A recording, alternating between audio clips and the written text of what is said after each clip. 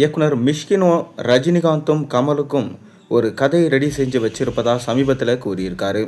ஒரு வரலாற்று கதையை இருவருக்கும் தயார் செய்திருப்பதா மிஷ்கின் சமீபத்தில் ஒரு நேர்காணலில் சொல்லியிருக்காரு.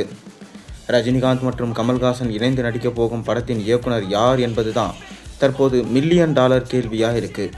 பல இயக்குநர்களின் பெயர்கள் பரிந்துரைக்கப்பட்டு வரும் நிலையில் கிட்டத்தட்ட நெல்சன் தான் இவர்கள் இருவரின் படத்தையும் இயக்குவார் என தற்போதைய நிலவரப்படி சொல்லப்படுகிறது. ஆனால் இதுவும் இன்னும் உறுதியாகவில்லை என்றே தெரியுது. இதற்கிடையில் முன்னணி இயக்குனரும் நடிகருமான மிஷ்கின் ரஜினி மற்றும் கமலுக்காக ஒரு கதை பண்ணியிருப்பதாக கூறியிருக்காரு. பல படங்களை இயக்கியும் தற்போது பல படங்களில் நடித்தும் பிஸியாக நடிகராக வலம் வருவர் மிஷ்கின். தற்போது விஜய் சேதுபதியை வச்சு ட்ரெயின் என்ற திரைப்படத்தை இயக்கியிருக்காரு.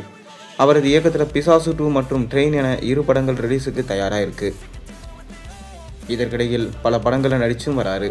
இந்நிலையில் சமீபத்தில் ஒரு பேட்டியில் பேசிய மிஷ்கின் ரஜினி மற்றும் கமல் இணைந்து ஒரு படத்தில் நடிக்க போகிறாங்க என சொல்லப்படுகிறது. அவர்களுக்கான 3 நாட்களில் ஒரு கதை பண்ணினேன்.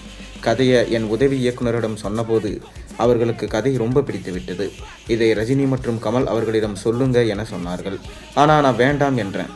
இது உங்களுக்காக தான் சொன்னேன் என்றேன். மேலும் இக்கதையை நான் தயாரிப்பாளர் தானு சாரிடம் சொன்னேன். அவருக்கும் கதை ரொம்பவே பிடிச்சு விட்டது. இந்த கதையை நான் ரஜினி கமலை வச்சு படம் எடுக்க வேண்டும் என யோசிக்கவில்லை. பொதுவாகவே எனக்கு கதை சொல்வது பிடிக்கும். அதனால தான் இந்த கதையை தயார் செஞ்சேன். இது ஒரு வரலாற்று திரைப்படம். இளையராஜா தான் இசை.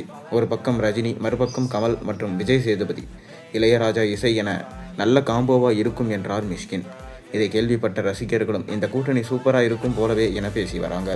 ரஜினி மற்றும் கமல் இணையும் படத்தை மிஷ்கின் இயக்கினா உண்மையிலே வித்தியாசமான ஒரு படமாக இருக்கும் என்பதில் எந்த சந்தேகமே இல்லை. கமர்ஷியல் சினிமாவிற்கு அப்பாற்பட்டு வித்தியாசமான ஒரு படைப்பாகவே அப்படம் இருக்கும். ஆனால் மிஷ்கின் அந்த கதையை ரஜினி கமலிடம் சொல்வதற்காக நான் உருவாக்கவில்லை, என் உதவி இயக்குநர்கள் சொன்னதற்காக அந்த கதையை தயார் செய்தேன் என சொல்லிவிட்டார். மேலும் இக்கதையை நான் அவர்களிடம் சொல்ல மாட்டேன் என்றும் கூறினார் மிஷ்கின். எனவே ரஜினி கமலிடம் மிஷ்கின் இந்த கதையை சொல்ல மாட்டார் என்றே தெரிகிறது. மறுபக்கம் ரஜினியும் கமலும் தாங்கள் இணையும் திரைப்படம் அதிரடியான ஆக்ஷன் படமாக மட்டும் இல்லாமல் சிறந்த ஒரு பொழுதுபோக்கு படமாக இருக்க வேண்டும் என விரும்புகிறாங்க.